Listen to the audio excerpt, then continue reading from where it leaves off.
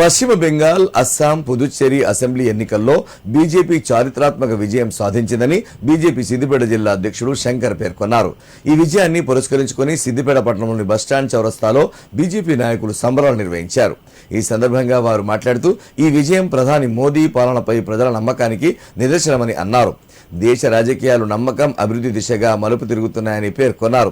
వచ్చే ఎన్నికల్లో తెలంగాణలో కూడా బీజేపీ మెజార్టీ సీట్లు గెలిచి అధికారంలోకి వస్తుందని ధీమా వ్యక్తం చేశారు.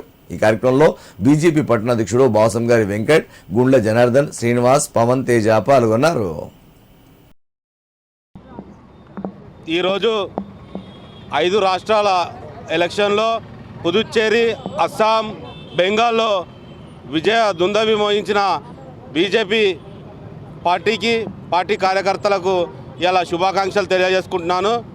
15 సంవత్సరాల నుంచి నిరంకుశంగా ఏకధాటిగా పరిపాలించిన బెంగాల్లో ఈరోజు భారతీయ జనతా పార్టీ జెండా ఎగరవేయడం ప్రతి ఒక్క కార్యకర్త కూడా గర్వంగా ఫీల్ అయ్యే సందర్భం ఇది.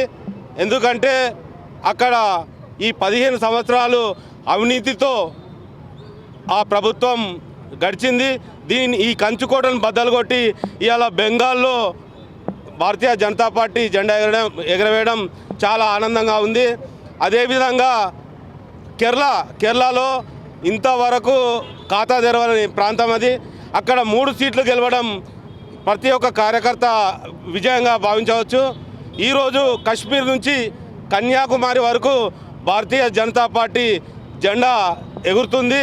అదేవిధంగా ఇదే స్ఫూర్తితో రాబోయే రోజుల్లో కూడా తెలంగాణలో భారతీయ జెండా ఎగరవేస్తామని తెలుపుతూ భారత్ మాతాకి జై.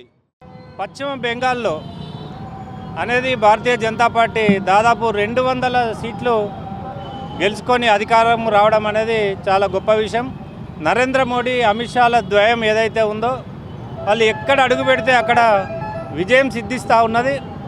ఎక్కువ మంది బంగ్లాదేశ్ నుంచి రోహింగ్యాలు వచ్చి చాలా కాలం నుంచి హిందువుల మీద దాడి చేస్తూ రకరకాలుగా హిందువులను ఉన్న జిల్లాలను దాదాపు ఖాళీ చేసే పరిస్థితి వస్తే మీరు మొన్ననే బంగ్లాదేశ్లో అధికార మార్పిడి జరిగినప్పుడు చూసారు హిందువుల మీద జరిగిన దాడులను. అయినా కూడా వాటి అన్నిటినీ తట్టుకొని అక్కడ ఉండబడే హిందూ సమాజం కానీ ముస్లిం సోదరులు కూడా నరేంద్ర మోడీ నాయకత్వం పట్ల సంపూర్ణ విశ్వాసం వ్యక్తం చేసి అఖండ విజయాన్ని భారతీయ జనతా పార్టీకి అందించినారు. అలాగే అస్సాంలో కూడా హేమంత్ బిశ్వ శర్మ గారు 3వసారి అధికారంలోకి భారతీయ జనతా పార్టీని తేవడం, దాని వెనుక నరేంద్ర మోడీ గారు ఈ దేశంలో చేస్తున్న అభివృద్ధి సంక్షేమ పథకాలే ఈ గెలుపుకు శ్రీరామ రక్షగా ఉన్నాయి.